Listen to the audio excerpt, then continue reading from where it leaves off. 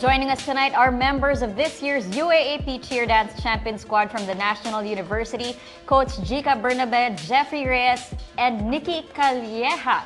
Good evening, guys, and welcome. Congratulations. Congratulations. Back to back. But, let's go back. Before last year, before this year, when did NU decide, you know what? Cheer dance competition. Let's be the beasts of the cheer dance competition. Kailan yun ang umpisa? Siguro nung na-hire ako noong 2011. There you go! I just started in 2011 and doon na nag-start. So, first, ang tanong sa akin ng management, kung kaya kong mag-champion yung NU. So, sabi ko, hindi agad-agad. It will take time and it's a long process. So, ayan. Parang hindi masyado long process sa inyo. Yeah, that was what? 2 years in the making, and then champion, and then now again champion. 3 years. 3 years in the making. Sorry, my math is really bad now. Okay. But let's start sa mga background ninyo. Were you a gymnast? Yeah. Valerie, lahat kayo gymnast? I was a gymnast when I was in elementary up to high school and then a cheerleader in college and then a coach after. Ako po gymnast po ako simula elementary hanggang high school po. Jeffrey? Ako po, dancer lang po ako sa school po namin. Then, nagtitraining din po ako as a gymnast nung alam ko pong papasok ako sa inyo. That's what I actually wanted to ask you as well. Kasi normally cheerleaders may background sila, usually in gymnastics, whether artistic or rhythmic. But with the team that you formed, with the squad that you formed, nag-background check ka rin ba? Or anong klase, ano yung audition process sa inyo? We have a screening talaga, background check, kung ano yung sports niya, tapos with the family and yung education niya. Family? Yeah, kasi gusto namin na pag nag-recruit kami, as in total package, wala kaming paproblemahin sa kanya kung nag-aaral yung bata or hindi. Okay. Okay, well, that's good. Very good. Complete background check. Yeah. Yes. Okay, well, again, Nikki as a student, Nikki and Jeffrey, syempre as students, yung practice schedules, plus yun nga, nabanggit nga, kailangan mag-aaral pa rin kayo. How did you guys work out your schedules in between your classes? Time management. Time manage lang po, balance lang po. Kumbaga, pag po may training, so sa training lang po kami. So, ina-avoid po muna namin kung ano yung mga iniisip namin, problema namin. So, pagka po sa school lang po. Okay. Parang hati lang po talaga. How many times would you guys practice in a week or in a day? We practice 5 to 6 times a week, 5 to 6 days a week and 3 to 4 hours. Pero pag on season na, minsan yung 1 month before, 7 days a week. Oh, wow. More than the basketball team. But Coach, was there a conscious effort na parang, kasi when the UAP cheer dance became really popular, most of it was dance. There wasn't that much cheer leading components involved in the routines. Was there a conscious effort from you and from NU na parang we should treat this more like yung mga competitions sa States, yung mga cheerleading competitions abroad?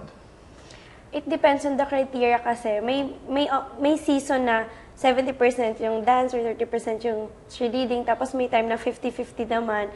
So for this season kasi, hinati talagang 50% for the dance and 50% for the stunts. And it seems kasi na lahat nag-evolve na, nag-level up na dun sa mga stunts na pinapakita ngayon ng lahat ng university. So we decided na talagang hindi kami magpapahuli and kailangan kami mag-top talaga dito. Okay. Jeffrey, mas interesado ako ng konti kasi pag high school ang lalaki, pag sumasali sa cheerleading squad, malamang mga lifter lang yan, di masyadong kasama sa mga routine. But of course, when you get to the college level, ayan na, kailangan marunong ka na mag-flip, kailangan marunong ka na mag-tumble. Hindi ka na lang lifter eh. So, ano yung mga natutunan mo coming from high school into college, into the National University squad? Sobrang dami ko po natutunan nung pagdating po nung college. So, madami tumbling, lifter, and then sa tosses, mga techniques po.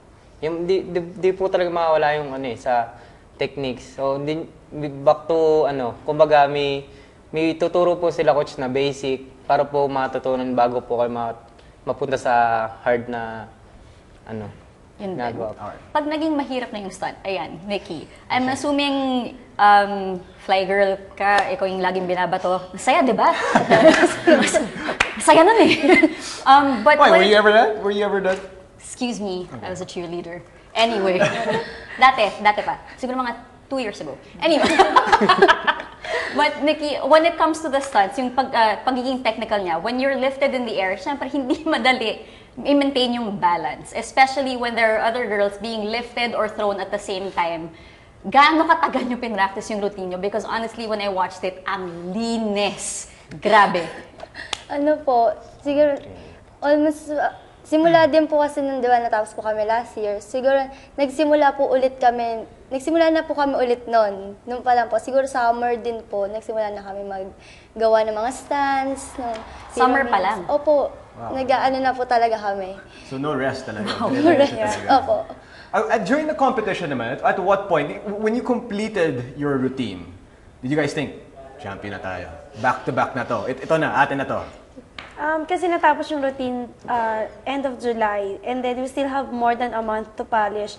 Hanggat di namin siya nakikita na polish siya, mahirap mag-assume na champion ka. And honestly, late na namin siya na perfect. As in like 1 week before the competition na namin siya na perfect. And siguro sa sobrang hirap ng routine.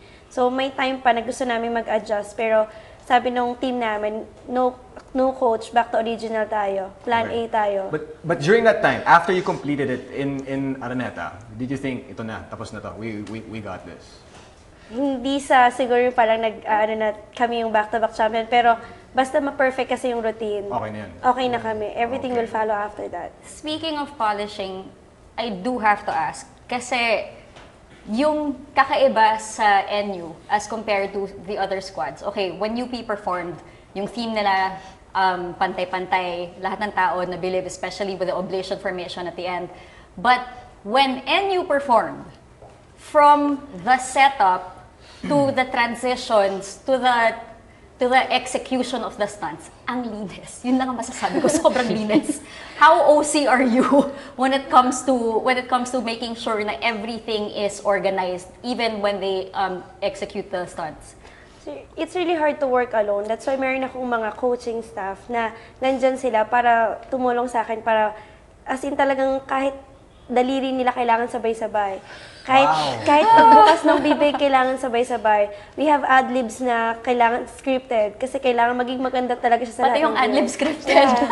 Oo, so lahat kailangan may tumitingin din sa corner, meron sa diagonal, sa front view, sa back view, top view, para lahat talaga nakikita namin kung perfect siya. To be fair, it paid off. And do you think if you bring this squad, this team, and do that routine, let's say in Florida, in the States, in the national championships that's held there, that this team can be able to hold its own sa mga foreign competitors? It's a different competition kasi. Dito kasi parang production number tayo pag Pinas eh. Yun yung very unique sa atin. Pero pag sa abroad kasi, more on stunts na lang siya. So cheerleading siya. Kung mabibigyan kami ng chance to compete abroad, yung routine namin, siguro mag-stay namin yung mga stunts, pero yung dance, yung medyo ito-twist namin. Lagyan namin ng konting changes. Okay. And sobrang haba kasi sa Pinas, 6 minutes. Pero pag sa ibang bansa, 2 minutes lang tapos na eh. So, yun. 6 minutes, full production. Full production talaga. Well, congratulations, Congratulations, guys. It's a guys. fantastic Thank you. routine and Thank you po. deserving of the back-to-back championship. May mensahe ba kayo sa mga sumusuporta ng NU Pep Squad? Ikaw go. Yeah. Thank you po sa lahat ng sumusuporta, lalong-lalo na po sa inyo community, sa managers, family, friends, and the other people who support us. Thank you. Nikki? Thank you po sa family ko na sumuporta sa amin ng competition and sa mga nasa bahay. Tsaka yung manager po namin, maraming salamat po. Tsaka sa inyo community, the team B, na coaches, and sa coaches po namin. Thank you. Coach. First, I would like to thank the manager, Mr. Gao, Sir Pocholo, and Miss Patricia.